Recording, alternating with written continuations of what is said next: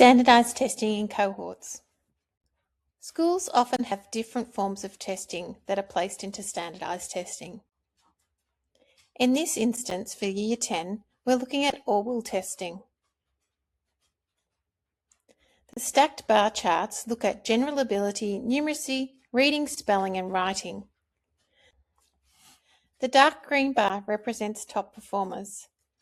Mid-green is above average, light green is average, and orange to red is below average. Each section is a stay9 or an achievement band. Looking across these stacked bar charts, you can see there are strengths in writing and reading. There is some concern and a need for a watch on numeracy, as there is a large group below average. Overall, the general trend is average to above average, with some lower band pockets in numeracy and in spelling. On this view, it's important to scroll down. When you click on a certain area, in this case for reading, it highlights students in that area that have certain areas for improvement. You'll notice as I click in the different spots, the top areas of improvement will change.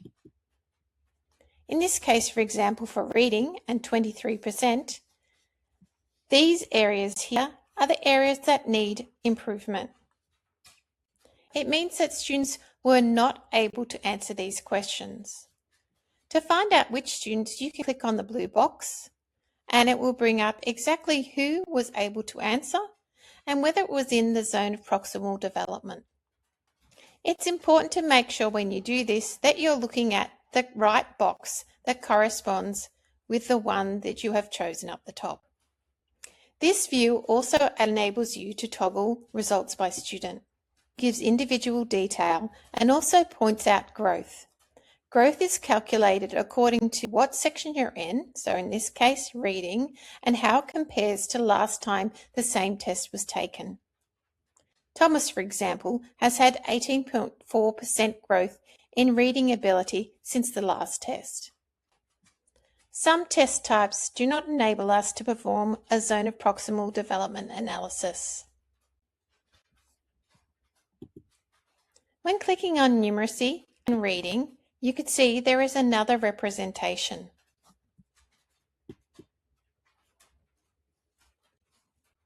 Each row represents a student. The number next to the student is the score that they received on the test. The columns are skills or questions. When a box is green, it means that skill or question was answered correctly. Red means incorrectly, and grey means it was not attempted. When you see stars, it means that the student has answered in an unexpected way.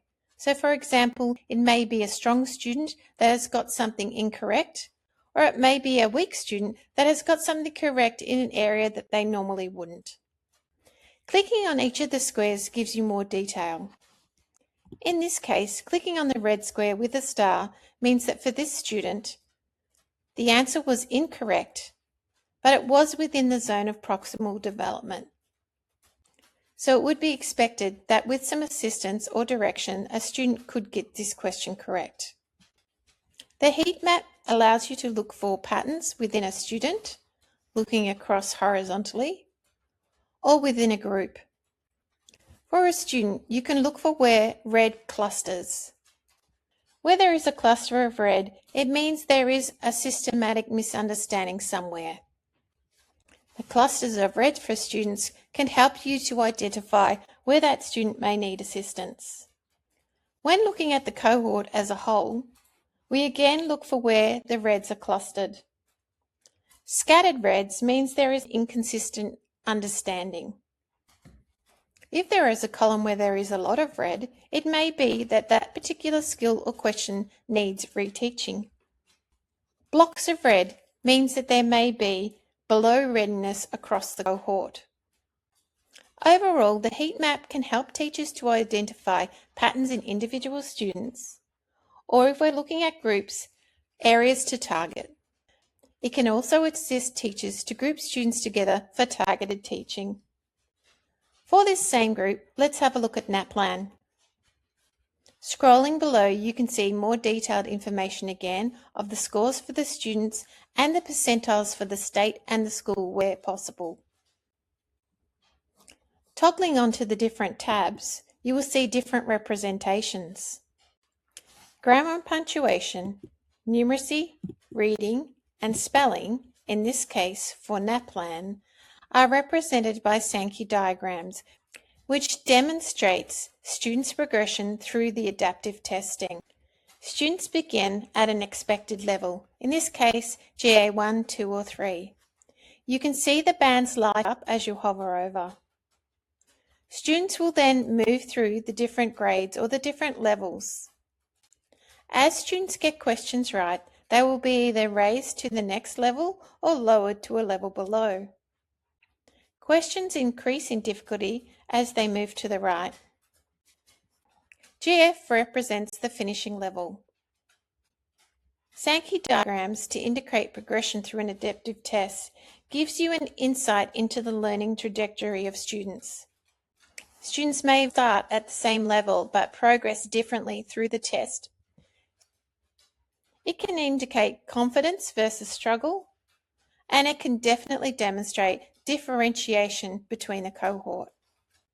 The Sankey diagrams for these different testings gives you an insight to what's happening in the adaptive testing rather than just a simple score.